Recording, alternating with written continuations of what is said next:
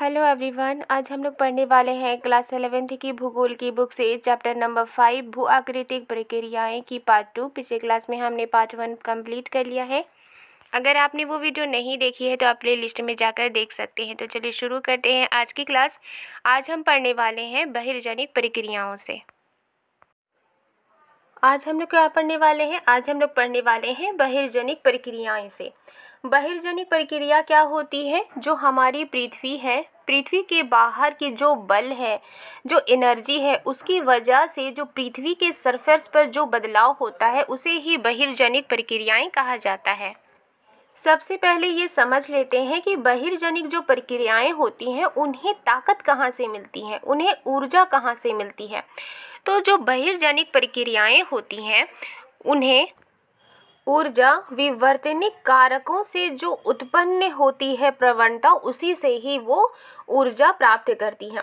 विवर्तनिक कारक किसे कहते हैं? हम जानते हैं कि पृथ्वी के अंदर जो प्लेट्स होती है वो प्लेट्स या तो एक दूसरे के ऊपर खिसकती है या एक दूसरे के ऊपर गति करती है। तो इस तरह से ये जो प्लेट्स होती है उनके वजह से जो ढाल पैदा होती है, उसी की वजह से बहिर्जनिक प्रक्रियाएं ऊर्जा प्राप्त करती हैं। और ये जो विवर्तनिक कारक होते हैं वो इनडायरेक्टली वो सूर्य से ही उन्हें कंट्रोल किया जाता है। जैसे कि जो सूर्य है, सूर्य के जरिए जो निर्धारित वायुमंडलीय ऊर्जा होती है, अगर सूर्य की गर्मी ज़्यादा रहेगी तो वहाँ पर वायुमंडलीय ऊर्जा अलग होगी। सूर्य की अगर जो ताप अगर किसी जगह कम रहती है तो वहाँ पर वायुमंडलीय ऊर्जा कम होती है या अलग होती है।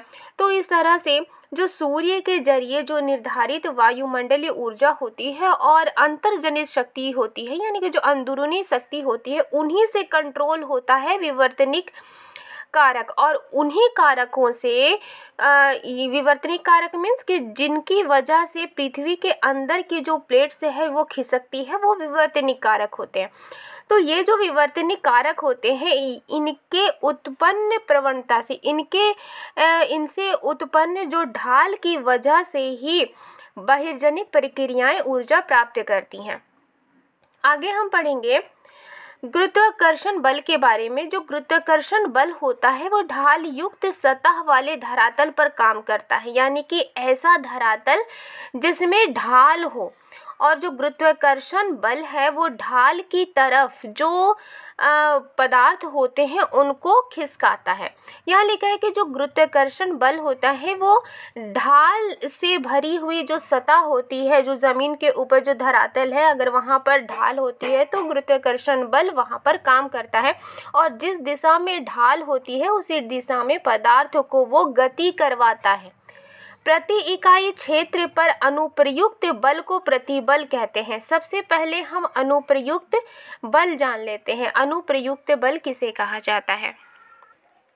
अनुप्रयुक्त बल ऐसा बल होता है जो किसी चीज़ पर या किसी वस्तु पर किसी व्यक्ति या किसी दूसरे वस्तु के जरिए जो बल लगाया जाता है उसे ही अनुप्रयुक्त बल कहा जाता है। और प्रतिबल किसे कहते हैं? जो प्रतिबल होता है वो दूसरे कणों के जरिए अपने सामने वाले जो कणों पर जो दबाव दिया जाता है, जो बल लगाया जाता है, उसे ही प्रतिबल कहा जाता है। यहाँ लिखा है कि जो गुरुत्वाकर्षण बल है वो ढाल वाले सतह पर काम करता है और ढाल की दिशा जिस तरफ होती है उसी तरफ पदार्थ को संचालित करता है। जो प्रति इकाई क्षेत्र होता है उस पर जो अनुप्रयुक्त बल लगता है उसी अनुप्रयुक्त बल को प्रतिबल कहते हैं। सबसे पहले जान लेते हैं कि ठोस पदार्थ में किस तरह से प्रतिबल उत्पन्न होता है। तो जो ठोस पदार्थ होता है, जो सॉलिड होता है, उसमें जो प्रतिबल है वो धक्का और खिंचाव से उत्पन्न होता है। और इसकी वजह से जो ठोस होता है उसकी विकृति प्रेरित होती है, यानी कि उसमें बदलाव होता है। धरातल के पदार्थों के सहारे सक्रिय बल अपरूपण प्रतिबल यानी कि विलयकारी बल होते हैं। यहाँ लिखा है कि अपरूपण बल, अपरूपण प्रतिबल क्या होता है? प्रति इकाई क्षेत्रफल तल के समानांतर जो बल होता है उसे अपरूपण बल कहा जाता है। सक्रिय बल किसे कहते हैं? ये बल एक्टिव रहता है। यहाँ लिखा है कि धरातल के पदार्थों के सहारे सक्रिय बल अपरूपण प्रतिबल होते हैं। यही प्रतिबल शैलों एवं धरातल के पदार्थों को तोड़ता है। और जो ये प्रतिबल होता है, इन्हीं प्रतिबल की वजह से जो चट्टानें होती हैं और धरातल के जो पदार्थ होते हैं, इन्हीं प्रतिबल की वजह से टूटता है। अपरूपण प्रतिबल का परिणाम कोणीय विस्थापन या विसर्पण फिसलन होता है। यहाँ लिखा है कि जो अपरूपण प्रतिबल होता है उसकी वजह से क्या होता है? कोणीय विस्थापन होता है। यानी कि किसी भी पदार्थ का जो विस्थापन होता है वो एक जगह से दूसरी जगह जब खिसकती है तो उसका कोणीय विस्थापन होता है। यानी कि वो इस तरह से सर्कल में होती है और जब वो खिसकती है तो एंगल बनाती है। या फिर अपरूपण प्रतिबल की वजह से विसर्पण होता है, यानी कि फिसलन होता है। जो ज़मीन के ऊपर के जो पदार्थ है, जो धरातल के पदार्थ हैं, वो गुरुत्वाकर्षण प्रतिबल के अलावा आणविक प्रतिबलों से भी प्रभावित होते हैं। यानी कि अणुओं के प्रतिबलों से भी इफेक्ट उन पर पड़ता है, प्रभावित होते हैं। और ये जो आणविक प्रतिबल है वो कई कारकों जैसे कि तापमान में परिवर्तन, क्रिस्टलन और पिघलन के जरिए उत्पन्न होते हैं। यहाँ पर हमने जाना है कि जो धरातल के पदार्थ होते हैं वो गुरुत्वाकर्षण प्रतिबल के अलावा किससे प्रभावित होते हैं? वो आणविक प्रतिबलों से भी प्रभावित होते हैं। और ये जो आणविक प्रतिबल है वो कई कारकों जैसे कि तापमान में परिवर्तन, क्रिस्टलन और पिघलन के जरिए उत्पन्न होती हैं। रासायनिक जो प्रक्रियाएं होती हैं वो सामान्यतः कणों के बीच के बंधन को ढीला करते हैं। यानी कि कोई भी अगर कण है उनके बीच में जो बॉन्डिंग होती है, रासायनिक प्रक्रियाएं ऐसे कणों के बीच के बॉन्डिंग को, बंधन को ढीला करते हैं तथा विलेय पदार्थों को घुला देते हैं। और जो घुलने वाले पदार्थ होते हैं उन्हें जो विलेय पदार्थों को घुला देते हैं। यानी कि जो घुलने वाले पदार्थ होते हैं उनको घुला देते हैं। इस प्रकार धरातल के पदार्थों के पिंड यानी बॉडी में प्रतिबल का विकास अपक्षय, बृहच्छरण, संचलन, अप्रदन और निक्षेपण का मूल कारण है। यहाँ लिखा है कि इस तरह से जो धरातल के पदार्थ होते हैं, उन पदार्थों के जो पिंड होते हैं यानी उन पदार्थों के जो बॉडी होती है उनमें प्रतिबल का विकास होता है। इसकी वजह से अपक्षय होता है, उसमें कमी आती है। बृहच्छरण होता है यानी कि बहुत बड़ी मात्रा में उनका क्षरण होता है, उनमें कमी होती है। उनका संचलन होता है यानी वो उनमें गति होती है। अप्रदन होता है यानी कि उनमें कटाव होता है। और निक्षेपण होता है यानी कि जो पदार्थ होते हैं फिर अप्रदन होता है यानी कटाव होकर के वो एक जगह से दूसरी जगह जमा हो जाते हैं यानी कि विक्षेपण होता है। इसलिए यहाँ लिखा है जो धरातल के पदार्थ के पिंड में प्रतिबल का विकास होता है, इसकी वजह से अपक्षय, बृहच्छरण, संचलन, अप्रदन और निक्षेपण होता है। यह लिखा है चूंकि धरातल पर विभिन्न प्रकार के जलवायु प्रदेश मिलते हैं, यानी कि हमारी जो पृथ्वी है, पृथ्वी की धरातल पर अलग अलग क्लाइमेट मिलते हैं, अलग अलग क्षेत्र में अलग अलग क्लाइमेट मिलते हैं। इसलिए जो बहिर्जनिक भू आकृतिक प्रक्रियाएं होती हैं वो भी एक प्रदेश से दूसरे प्रदेश में अलग होती है। तापक्रम तथा वर्षण दो महत्वपूर्ण जलवायवीय तत्व हैं। यानी कि जो क्लाइमेटिक फैक्टर्स होते हैं वो कौन से ऐसे क्लाइमेटिक फैक्टर्स हैं जिसकी वजह से जो भू आकृतिक प्रक्रियाएं होती हैं वो अलग अलग होती हैं। जो टेम्परेचर है और जो वर्षण है, वर्षण मीन्स जो बारिश है, ये दो ऐसे इम्पॉर्टेंट जलवायवीय तत्व हैं जो अलग अलग प्रक्रियाओं को नियंत्रित करते हैं। तापक्रम की वजह से अलग भू आकृतिक प्रक्रियाएं होती हैं, बारिश की वजह से अलग भू आकृतिक प्रक्रियाएं होती हैं। आगे लिखा है सभी बहिर्जनिक भू आकृतिक प्रक्रियाओं को एक सामान्य शब्दावली अनाच्छादन के अंतर्गत रखा जा सकता है। अनाच्छादन मतलब क्या होता है? अनाच्छादन मीन्स पृथ्वी की सतह का क्षरण।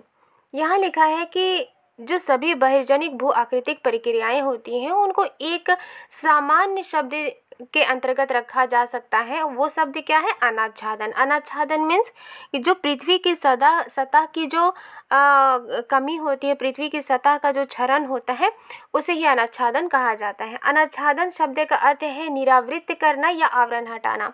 अनाच्छादन शब्द का मतलब ये होता है निरावृत करना यानी कि जो ढका ना हो, या आवरण हटाना यानी कि ऊपर की परत को हटाना। अपक्षय, वृहच्छरण, संचलन, अप्रदन, परिवहन आदि सभी इसमें सम्मिलित किए जाते हैं। और जो अनाच्छादन है उसमें अपक्षय, वृहच्छरण, संचलन, अप्रदन, परिवहन ये सभी शामिल किए जाते हैं। प्रवाह चित्र अनाच्छादन प्रक्रियाओं तथा उनसे संबंधित प्रेरक बल को दर्शाता है। प्रवाह चित्र जो है वो चित्र 5.1 में दिया गया है। उसमें अनाच्छादन प्रक्रियाओं तथा उससे जुड़ी हुई जो प्रेरक बल है वो दर्शाता है। यह लिखा है, इससे यह स्पष्ट हो जाना चाहिए कि प्रत्येक प्रक्रिया के लिए यानी कि जो भी क्रिया होती है उसके लिए एक विशिष्ट प्रेरक बल या ऊर्जा होती है। अगर अपक्षय हो रहा है उसमें भी कोई प्रेरक बल या ऊर्जा होती है।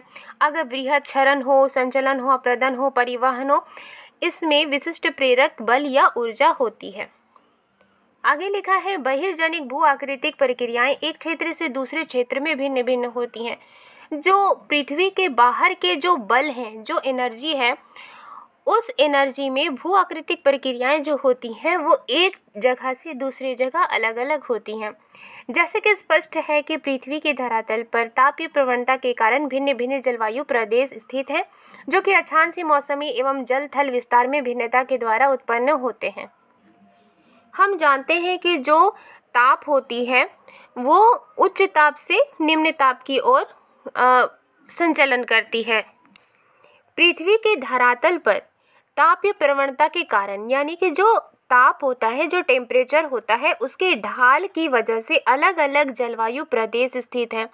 टेम्परेचर की वजह से पृथ्वी के ऊपर अलग अलग जलवायु प्रदेश स्थित हैं, जो कि अक्षांशीय मौसमी और जल थल विस्तार में भिन्नता के द्वारा यानी डिफरेंसेस के द्वारा उत्पन्न होते हैं। यानी कि अगर कोई क्षेत्र है, उस क्षेत्र का अक्षांश कुछ और है, वहाँ का मौसम कुछ और है, और जल और थल वहाँ के कुछ और है, और दूसरे क्षेत्र की अक्षांश कुछ और है, मौसम कुछ और है, और जल थल कुछ और है, तो इसकी वजह से ही जो धरातल पर जलवायु होता है वो अलग अलग होता है। आगे लिखा है, तापमान एवं वर्षण जलवायु के दो महत्वपूर्ण घटक हैं। जलवायु के दो महत्वपूर्ण घटक कौन कौन से हैं? तापमान यानी टेम्परेचर और वर्षण यानी कि बारिश, जो कि विभिन्न भू आकृतिक प्रक्रियाओं को नियंत्रित करते हैं। जो तापमान है, धरातल पर जो तापमान है और जो बारिश होती है वो अलग अलग भू आकृतिक प्रक्रियाओं को कंट्रोल करते हैं। वनस्पति का घनत्व, प्रकार और वितरण जो प्रमुखता वर्षा एवं तापक्रम पर निर्भर करते हैं, बहिर्जनिक भू आकृतिक प्रक्रियाओं पर अप्रत्यक्ष प्रभाव डालते हैं। जिस क्षेत्र में जिस तरह का तापमान होगा, जिस तरह की बारिश होगी, उसकी वजह से वनस्पति का घनत्व भी अलग अलग होगा, उसके प्रकार भी अलग होंगे और उनका वितरण भी अलग होगा।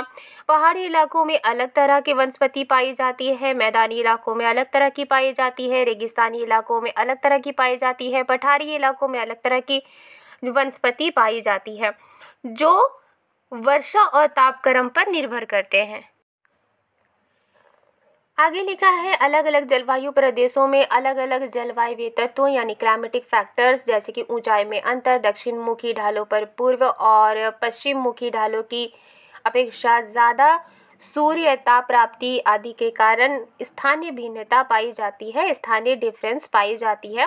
फिर वायु का वेग और दिशा, वर्षण की मात्रा और प्रकार, इसकी गहनता, वर्षण एवं वाष्पीकरण में संबंध, तापक्रम की दैनिक श्रेणी, हिमकरण और पिघलन की आवृत्ति, तुषार व्यापन की गहराई इत्यादि में डिफरेंस के कारण किसी भी जलवायु प्रदेश के अंदर भू आकृतिक प्रक्रियाएं अलग अलग होती हैं। आगे लिखा है, यदि जलवायु कारक समान हो यानी कि जो क्लाइमेटिक फैक्टर्स होते हैं अगर वो समान हो तो बहिर्जनिक भू आकृतिक प्रक्रियाओं के कार्यों की गहनता शैलों के प्रकार यानी चट्टानों के प्रकार और संरचना पर निर्भर करती है। संरचना में वलन का मतलब होता है घूमना, भ्रंश संस्तर का पूर्वाभिमुखीकरण झुकाव, जोड़ों की उपस्थिति या अनुपस्थिति, संचरण तल, घटक खनिजों की कठोरता या कोमलता तथा उनकी रासायनिक संवेदनशीलता, पारगम्यता या अपारगम्यता इत्यादि सम्मिलित माने गए हैं। यानी कि जो संरचना है, यानी कि जो बनावट है, उसमें क्या क्या सम्मिलित माने गए हैं, उसमें यहाँ जितने भी बातें लिखी गई हैं उन्हें सम्मिलित माने गए हैं। आगे लिखा है, विभिन्न प्रकार की चट्टानें अपनी बनावट में भिन्नता के कारण भू-आकृतिक प्रतिक्रियाओं के प्रति विभिन्न प्रतिरोध क्षमता प्रस्तुत करती हैं। एक विशेष चट्टान एक प्रक्रिया के प्रति प्रतिरोध पूर्ण यानी प्रतिरोध से भरी तथा वही दूसरी प्रक्रिया के प्रति प्रतिरोध रहित हो सकती है। अलग अलग जलवायु दशाओं में एक विशेष प्रकार की चट्टानें भू-आकृतिक प्रतिक्रियाओं के प्रति भिन्न भिन्न यानी अलग अलग अंशों का प्रतिरोध प्रस्तुत कर सकती है, इसलिए वे अलग दरों पर कार्यरत रहती है तथा स्थलाकृति में यानी कि जो स्थल की बनावट होती है उसमें भिन्नता का कारण बन जाती है। अधिकांश बहिर्जनिक भू-आकृतिक प्रतिक्रियाओं का इफेक्ट थोड़ा और मंद होता है और कम समय में अनवगम्य हो सकता है। दीर्घ अवधि में यानी लंबे समय में ये सतत श्रांति के कारण चट्टानों को तीव्र रूप से प्रभावित करता है। आगे लिखा है, अंततः ये तथ्य स्पष्ट हो जाता है, ये तथ्य क्लियर हो जाता है कि धरातल पर विभिन्नता जो पाई जाती है वो मूल रूप से भूपर्पटी यानी कि जो अर्थ की जो सरफेस है भूपर्पटी के उद्भव से जुड़ी हुई है। तथापि धरातल के पदार्थों के जो प्रकार हैं और जो उनकी बनावट है उसमें अंतर भू-आकृतिक प्रक्रियाओं और उनके सक्रियता दर में डिफरेंस आदि के कारण एक न एक रूप में विद्यमान रहती हैं। कुछ बहिर्जनिक भू-आकृतिक प्रक्रियाओं का यहाँ विस्तृत विवरण प्रस्तुत किया गया है, जिसमें सबसे पहले है अपक्षय। कुछ बहिर्जनिक भू-आकृतिक प्रक्रियाओं के बारे में हम नेक्स्ट क्लास में पढ़ेंगे। आज के लिए बस इतना ही। आई होप ये वीडियो आपको पसंद आई है तो लाइक एंड सब्सक्राइब करना मत भूलिएगा। मिलती हूँ नेक्स्ट वीडियो में। Thank you.